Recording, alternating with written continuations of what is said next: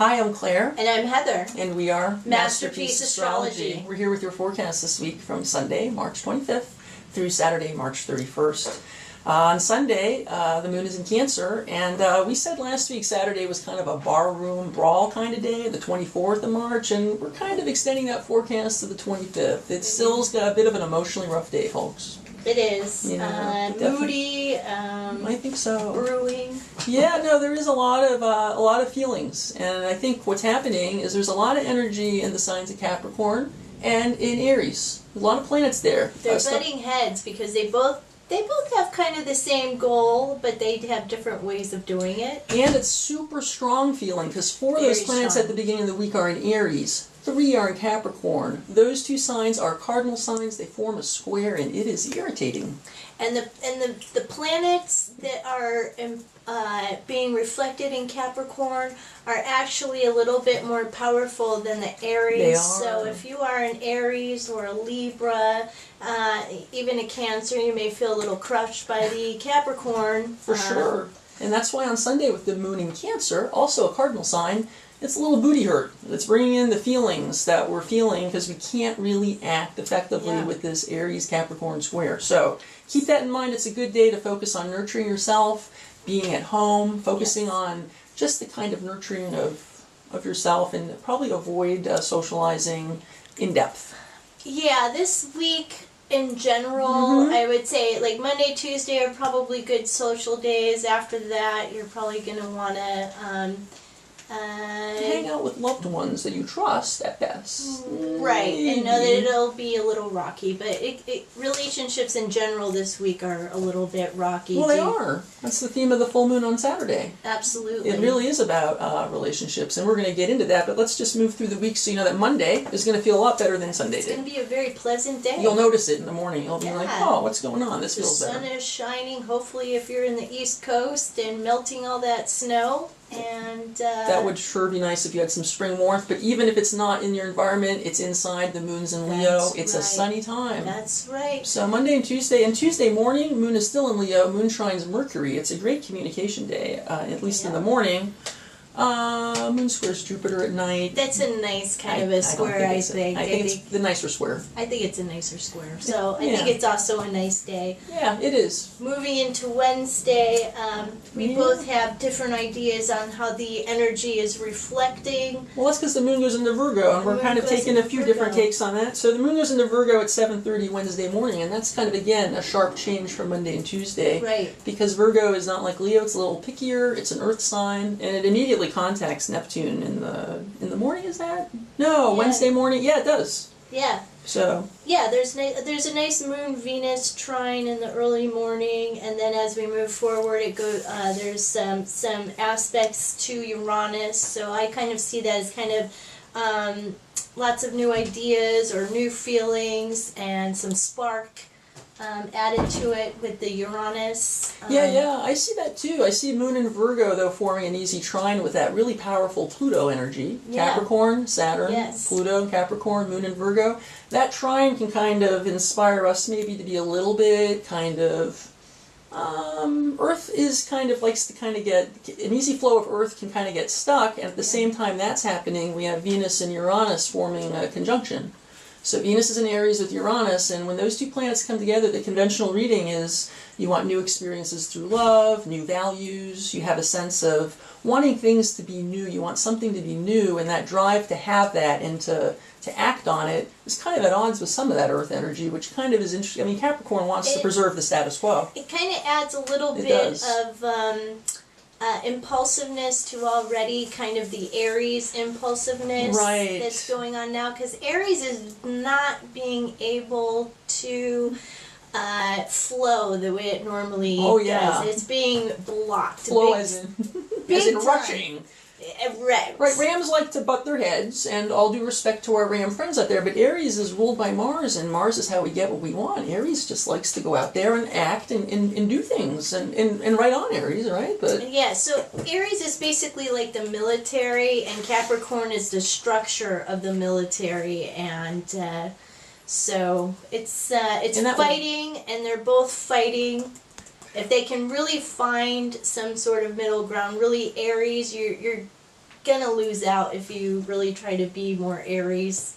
Yeah, I think it's fair to say, we said it earlier, Capricorn overwhelms all the cardinal signs right now. Yeah, and you really want to know that if you want to push forward, which right now is not really going to happen, you're being blocked in every way, you need to look at this challenge as a fun thing. Because yeah, try to Aries, and this really applies to all signs, but Aries specifically, because like you say, you're being blocked. You're being blocked. Yeah, blocked.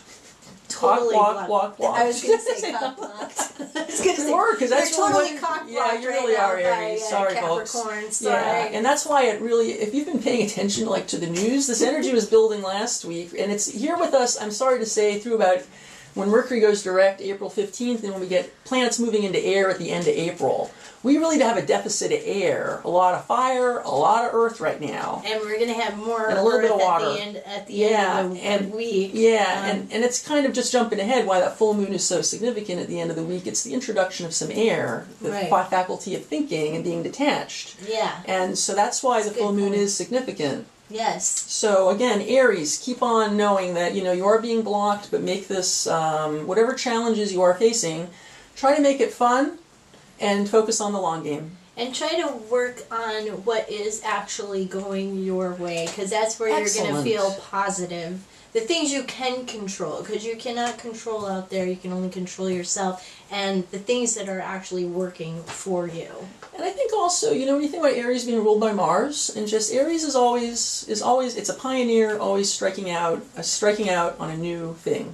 New mission. Always new. Aries wants new beginnings. So, the thing with Aries is that desire, that instinct, that easy ability to constantly go out and win, constantly go out and have an adventure. You may have to kind of back off a little bit and pick and choose. You're going to have to draw out a map in which to do that, because right now you have Mercury retrograde in Aries, and that's another thing, isn't it? Because Aries always wants to go forward, right? There is no forward motion. This is the plotting stage. This is like, I'm going to buy not plotting like a farm, right? I want to buy a farm and I want to grow these vegetables, but first you have to prep the land, and you got to figure out where everything goes, and then prep the land and do all this stuff beforehand before you can actually grow anything. So you really have a plan. You have to have a plan and a structure, and that's what Capricorn is all about. And you really need to do that, because otherwise you're fighting a losing battle, and you're just going to be frustrated. For sure. It's, I think, again, we can all see collectively what this energy has been like. You see a lot of people trying to take action to move forward, and everybody's blocked. It's so frustrating, and we're seeing just a lot of bad behavior because people just can't act. Right. It's fascinating, and it's... Thursday? Yeah, Thursday. Let's see, Moon's still in Virgo. I think in the morning it's possible, if you're taking the low road or not paying attention, to be kind of spacey and vague because Moon's opposite Neptune. Yes. I see it as kind of a serious morning, looking into things deeper, contemplative, intuitive, and then moving into the evening, looking at the bigger picture. For sure, and there's a lot of transformative energy available to us in the evening. With we're bringing in Jupiter and Scorpio sextiling the Moon. We have Moon trining Pluto. And we have some Neptune. And Neptune, because the water is feeding into the Earth. It's an excellent evening for any kind of transformative work. If you are going to do any kind of shamanic work, journeying, any kind of ritual, and you want to really get in touch with that power. And I will say, sometimes when the energy is stirring up the earth and the water, that power can make you feel a little insecure too. So just kind of pay attention to that. Yeah. It's an awareness of this really powerful Pluto. And really pay attention this week as you start out, because at the end of the week, because right now we're going to talk about Friday and how that leads into the blue moon, full moon.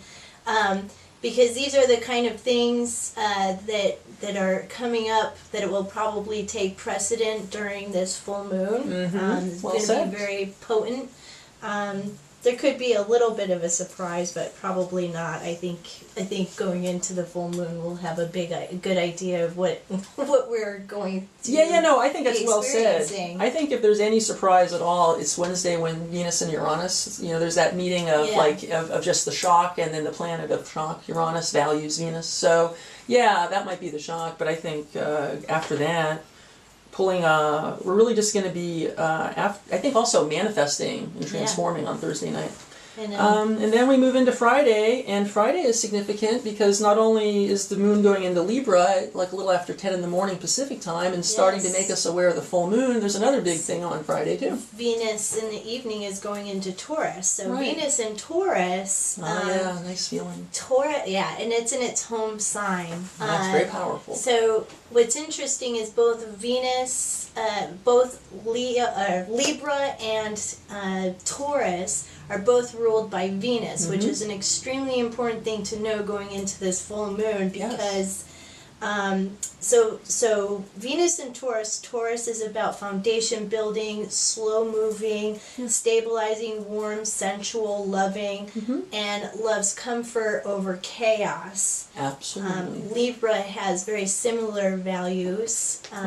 Yeah, and I think with the Taurus, with the earth energy, it's a lot about consolidating values and being protective of those values and knowing what you value in the earth plane. And when Venus is in Libra, which is more of it's an air, so it's more of a masculine energy, it's more detached, and it's an expression of Venus, which is more about relationships, both physically with people and then relationships in the, like with visual arts, negative space, positive space, understanding that and evaluating that. And so the moon is in Libra, and it's going to be very supportive. Venus in Taurus is going to be very supportive of Libra, luckily, going into this full moon, because Libra right now is the other sign right now that's just going to not have a great time, just because you're right. It likes peace and harmony and diplomacy and taking the high road and like kind of being a peacemaker. It's the opposite of Aries. It's the opposite of Aries. Diplomacy over fighting. Yeah, it does not like it. And so it's like walking into a room, Libra and Taurus, walking into this room where there is a big, huge fight going on. That's really good. Yeah, that's right. And it is chaos, and it's like, oh my God, what do I do? So when we go into this full moon, it could feel a little bit like Libra in an art gallery, having Mars in Aries, the Mars and the Aries and Capricorn energy, kind of running in with a bulldozer or just doing something really grotesque. Flower beds are being trampled on by Aries and Taurus. Like Aries moving equipment. Capricorn. Yeah, exactly, like a caterpillar truck. Completely, Right, so it doesn't, you're right. I think, again, Aries, Libra is really under fire, so the full moon is significant because it's really going to bring the issue of relationships to the forefront.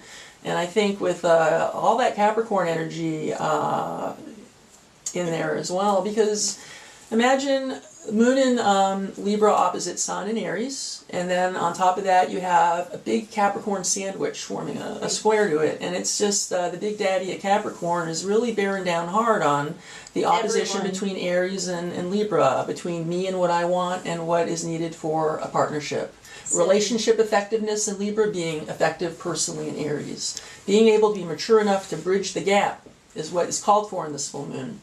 If you can focus on that high road, keep your mouth shut and zip it and not get sucked into this kind of barroom brawl energy, which just persists. And the tension is there. Oh, it's huge. It's there, and it's a big T-square between the Sun, the Moon, Mercury, and Mars. And it's just...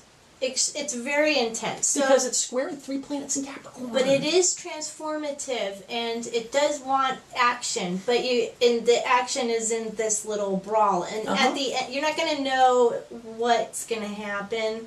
But there is a change in there, and somehow next week, hopefully, we can unravel this ball of yarn and figure out what is all going on, but it's a big change. No, for sure, it is a really big change. It's a rumble. Well, and Capricorn with the Pluto in it's all about the stability, the structure, the duty, the work, the discipline, and Aries is calling out to be recognized for the self, and Libra wants recognition for the relationship. Right. So, when you're in control of yourself, you don't have to control others. So take the high road this time. Take the Zen approach, which I've been reading a lot of Wayne Dyer. Yeah, Wayne Dyer. Sorry, I gotta spit it out.